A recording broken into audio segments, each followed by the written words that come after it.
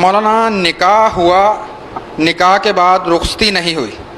طلاق ثلاثہ دے دی، کیا طلاق ہو گئی؟ مسلمانوں کی حالت پر اللہ رحم کرے، آج تک ان مسلمانوں نے صحیح طلاق نہیں دی۔ جتنے میرے پاس حضرت نالائق پڑھے لکھے جاہل کہ طلاق دینے کا طریقہ تو سیکھ لو، اگر بدقسمتی سے دینے کا وقت آ گیا تو صحیح طلاق دو جس سے پھر کوئی الجھن نہ پیدا ہو، راستے بھی کھلے رہیں۔ اب آپ بھی سن لیں،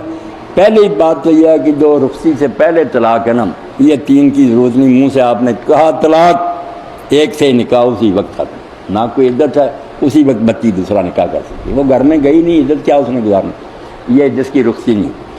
باقی جو گھر میں آباد ہوئی نا، ایک پابندی تو بیٹا دین نے لگا دی، کتنی معقول باتیں، کاش یہ مرد بھی سمجھ لیں کہ گھر اجڑے نا۔ پہلی پابندی یہ ہے کہ اگر ایام ہے نا، منتھلی کورس ہے، آپ طلاق نہیں دے سکتے، بالکل حرام ہے، اور وہ طلاق کوئی طلاق نہیں، عورت ناپاک ہے کیوں طلاق دے رہا ہے؟ حیض میں طلاق نہیں، کتنا چیک ہے کہ رک جاؤ، اگر ان دنوں میں وہ چڑچڑی بھی ہوئی ہے تو بیچاری نیند بیمار ہوتی ہیں، وہ حالت ہی ایسی ہے، کیوں غصہ کرتے ہو؟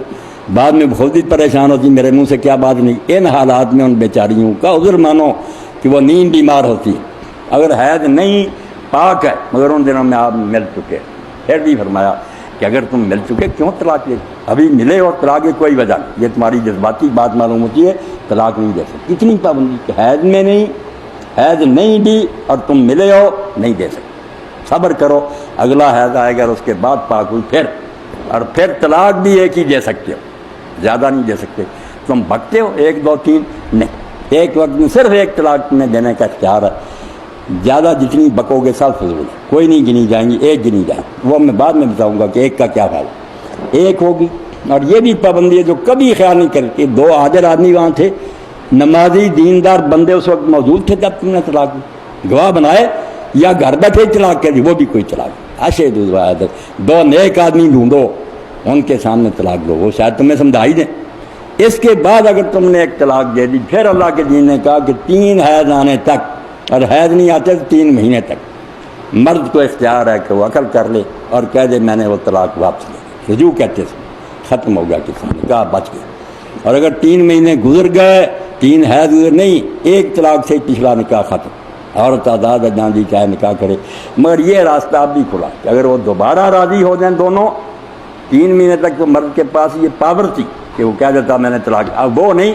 اگر بچی پھر راضی ہو دوبارہ نکاح ان دونوں کا ڈائریکٹ ریوائز،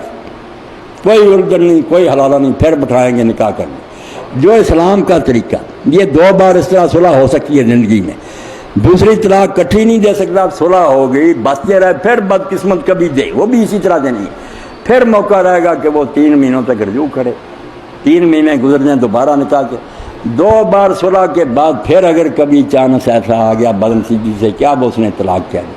پھر کوئی حال، 3 موقع اللہ نے دیے تھے، اس نے تیسرا بھی ضائع کر لیا، پھر کوئی حال نہیں، جو اصل طلاق ہے اس طرح کوئی نہیں دیتا۔ اس لیے میرے پاس جب آتے میں کہتا ہوں یار یہ کوئی طلاق نہیں، جا کر گھر آباد کر، نہ کسی حلالے کی ضرورت، نہ کوئی کفارہ، بکواس ہے تمہاری۔ طلاق وہ ہے جو حیض میں نہ ہو، پاک ہے تو جمع نہ کیا ہو، گواہ 2 موجود ہوں، ایک وقت میں ایک دے، یہ پابندی ہے۔ ایسی طلاق دو گے پھر اسلام کی طلاق ہے، ورنہ سب بکتے رہتے ہو تم دن رات، کچھ فائدہ نہیں۔ تو اسلام کو کوئی سمجھے بیٹا یہاں کوئی الجھن نہیں، واپس لینے کا موقع، اگر وقت گزر بھی جائے دوبارہ نکاح اپنا کر سکتے ہیں، پھر میں حق میں نادانی سے ہم نے دین کو مخول بنا دیا، توبہ۔